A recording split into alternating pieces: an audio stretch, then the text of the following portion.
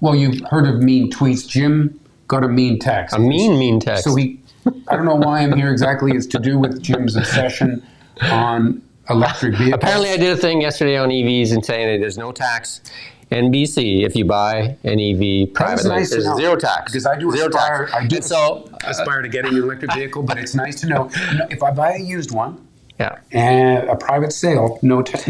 Apparently, some of my friends think I need to shut up. Right. So they're sending me the information on why EVs aren't going to work. So somebody just put you on blast? And they shared it. It went from there to there, right? Like somebody else would send that to him. Was it public or was it just well, it was a couple people on this thing. Just a few people. So we can read it, and then we'll see. This is their gotcha. And then you're going to do a full breakdown. You've got all the facts on. Do I? Well, I mean, they're going to say I have no idea what I'm talking about, but. So there was a number of points, I take it, because you were reading. So here's that. I've seen this on the internet already. I've seen this out there. So people are pushing this out there. Right. Imagine we lived in a world where all cars were EVs. Then along comes this new invention, the internal combustion engine. Think how well they would sell a vehicle with half the weight, half the price, and that will almost do a quarter of the damage done to the road. A vehicle that can be refueled. There were some grammar errors there. A vehicle that can be refueled in 1/10 of the time and has a range up to 4 times the distance in all weather conditions, and it does not rely on environmentally damaging use of non-renewable rare earth elements to power it, and far less steel and other materials. Just think how excited people would be for such a technology. It would sell like hotcakes. Mm-hmm. Hey, I think there's some slivers of truth weaved in there somewhere. But let's just break it down. Let's break it down. I mean, it's obvious from that whoever gathered that together really came at it from how can I make electric cars look bad? Right. Think of how well a vehicle with half the weight and half the price. Stop right there. Half the weight. Half the weight. Are they half the weight? They're heavier, but are they half the weight? I doubt it. But I mean, half the weight of what? If you're driving a pickup truck, like I was driving a pickup truck before. It would help if we really knew the facts on that. So yeah, it's a generalized statement, right? You know what I mean? Because like my truck would weigh at least twice the weight of that car. And looking at the whole text, I kind of doubt there was a lot of good fact checking on their end, but I can't declare that false. Move on. And half the price. EVs are now. In the United States and in Canada, they are below the average selling price of new cars. Hang on, EVs in general are below the average price? Teslas are now below the average. Teslas are. Well, they're an EV. They're below the average selling price in the United States. You can buy a Tesla in the United States for $38,000. I see some EVs a little more expensive than a very similar car of the gas burning variety. But double, no. So a bottom end, like the entry-level Model 3 rear-wheel drive in Canada is $53,950, less $5,000, so it's like $48,000. So there's no way you're buying a car of that caliber. Right. No, I've seen other automakers that have gas cars and electric cars. Electric are more expensive, but nowhere near double. Not double. So that's just not true. Next. Not true. And then they say they're so heavy they're damaging the roads. Well, I mean, are they as heavy as a transport truck? Like, roads are built for heavy vehicles. They're built for transport trucks. They're built for heavy hauling vehicles. 1-ton diesel trucks are way heavier than an electric vehicle. Roads are built for that. That's like these cars are not wrecking the roads. We have serious problems facing us on this planet at this time, and potholes, as annoying as they are not. And the vehicle can be refueled in 1/10 of the time. I'm going to say, like, that's absolute silliness. Worst case scenario, maybe if you have Jason's car, which it takes him all week to charge it. If you count the time, also by a fair margin, weighs less than. Than the gas version. Yeah, so there you go. Okay, if you are just counting the time from when you put the fuel pump into your tank and it starts ticking away, and compare that to the time when you plug in to charge your car, maybe that's not so far off. Not 1/10. Not 1/10. But also, most people that have an electric car are going to use the convenience factor of plugging in at home. So filling up with gas, gas station, what? 10 minutes? 5 minutes?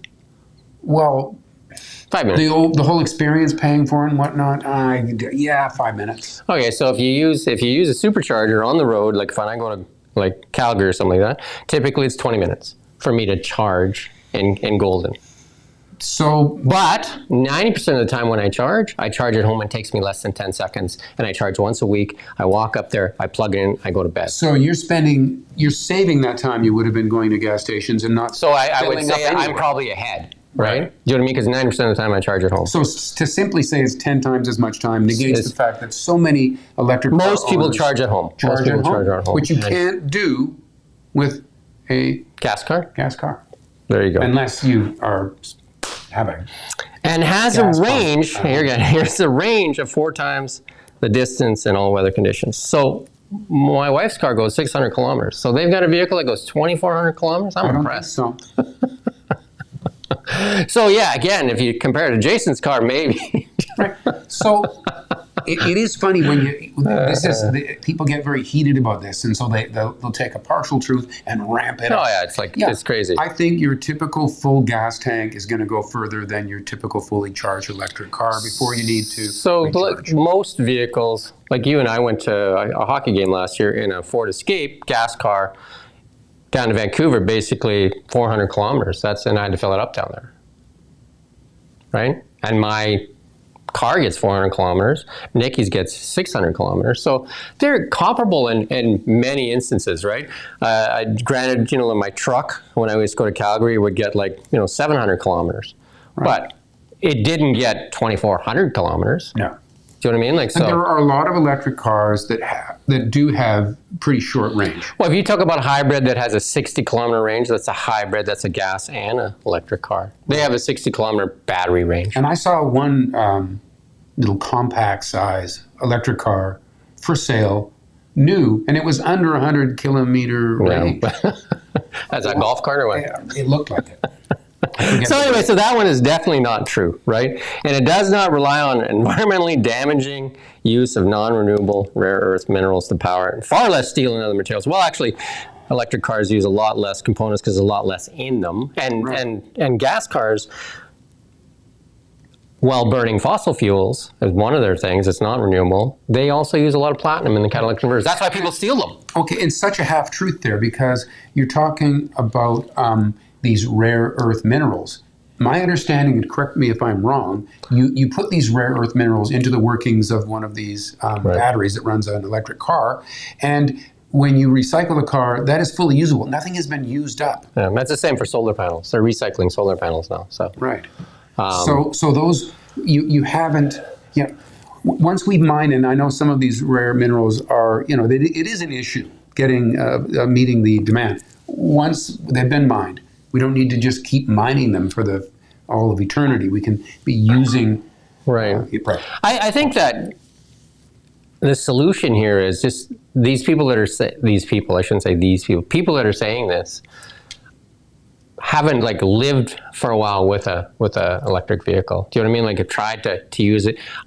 Okay. Granted, using an electric vehicle in Fort St. John with your pickup truck right now, you need your pickup truck up. If you're working up in Fort St. John all the time, and you can get a pickup truck that's electric. I know there's not very many. There's Rivian right now, and a Cybertruck you won't be able to get for a long time. I was talking to a guy who bought one of the electric pickups. They're called Lightning, I guess. The Ford F-150. Right. Yep. He lives in Kelowna, works in Penticton. Yep. Commutes to work in Penticton in his big truck and comes back and plugs it in overnight and has never had to go to a recharging station. So, well, I mean, everybody's going to have different uses, right? For sure. One thing for sure, though, electric vehicles are going to have next to zero maintenance. There's no oil changes, none of that stuff. They're quicker, and I'm going to talk Tesla because that really excites people. Safest cars, if you go look at the NHTSA crash testing. Awesome performance, and they're just cheaper. And right now, I'm going to stress this point again, get everybody all kind of wired up.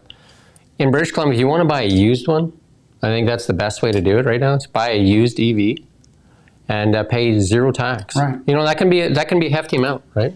It is funny though how certain people have just sort of got this line drawn against electric Well, it's cars. politicized, And it's sort of politicized. It's For sort sure. of an identity thing. Yep. And even though you can make valid points like we may have just now, it'll probably just heat up on the other side of that line. Well, you know, as soon as, and with anything, as soon as you force people to do something, they're going to push back, right? Hang on.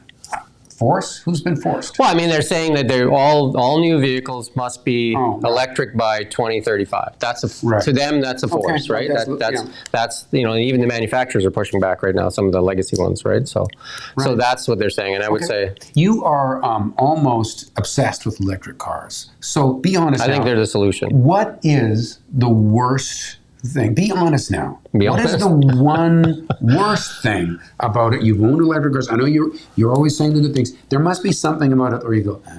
I wish I had. Do you have anything? Well, I mean, I would say that the one big thing that I missed by having a truck before, it's not a truck yet. Like if the Cybertruck's here, maybe that's I wouldn't say that, but I miss the You wouldn't get a Lightning. the payload. I wouldn't at this point. I mean, that's just me, right? I've owned quite a few Fords in my lifetime. I've like a one-ton dually I've owned. So I'm not saying I don't like Fords. I've owned quite a few Fords. I just don't think they've been in the electric game long enough yet. Do you know what I mean? I don't think. I honestly think Jim Farley, the CEO of Ford, will do a deal with Tesla, and you will see them combine.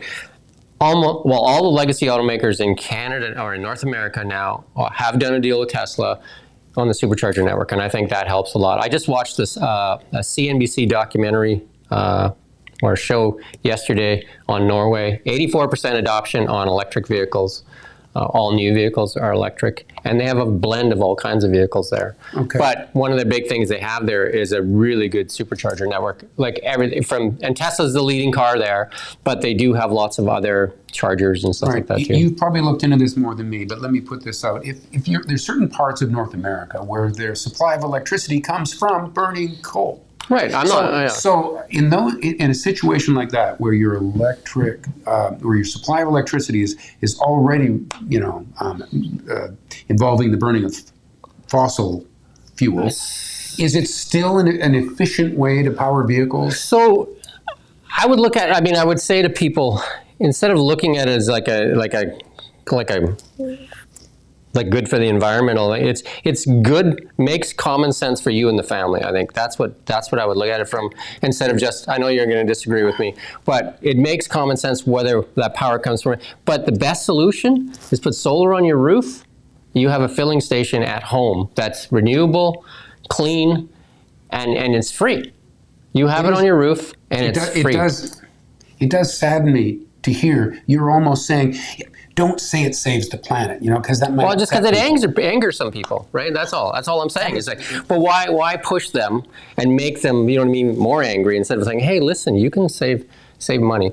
I'll give you the best example of a car, and this is the one, and we'll leave it here. If I start my car in the garage and I sit in it all day, I'll be okay in the morning.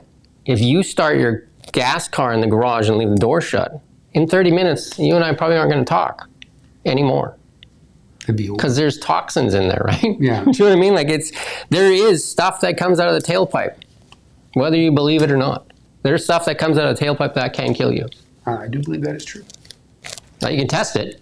So if we beat this dead horse enough, Hey, by the way, thanks for the text. I them coming. look forward to more. the meaner the better. Thank you.